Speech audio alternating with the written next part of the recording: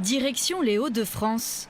À une quinzaine de kilomètres de la centrale géante de Gravelines, la petite ville d'Audruic et sa pharmacie.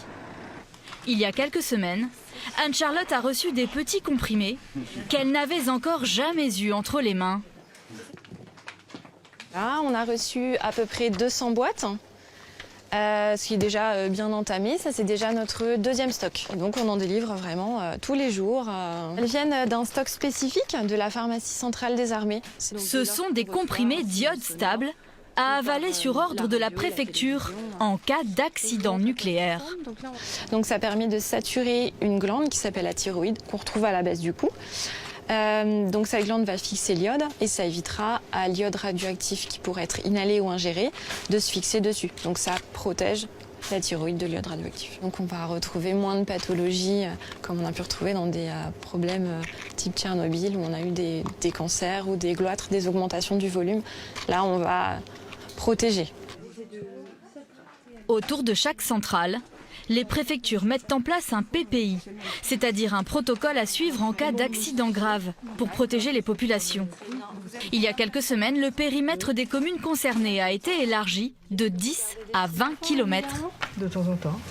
Donc là, du coup, ça c'est le papier explicatif. Donc surtout, c'est tout ce qui va être signal d'information, donc que ce soit le signal sonore, la sirène.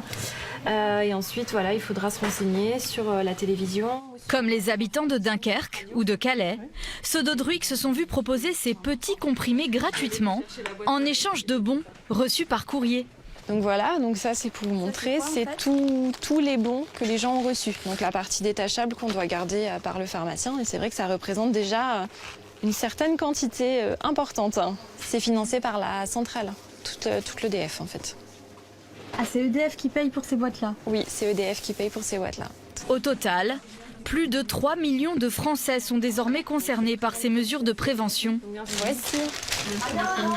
Bonne journée à vous. Distribution de comprimés d'iode, mais aussi réunion d'information. Vous allez avoir une projection, un déroulé, un PowerPoint. Un minimum de précautions pour tenter de limiter les dramatiques conséquences d'un accident nucléaire en France. Des mesures de protection, c'est l'interdiction de consommation d'aliments. Mais les effets d'une telle catastrophe seraient loin d'être uniquement sanitaires. En cas d'accident sur ces centrales, EDF n'est couvert qu'à hauteur de 91 millions d'euros. Un plafond dérisoire.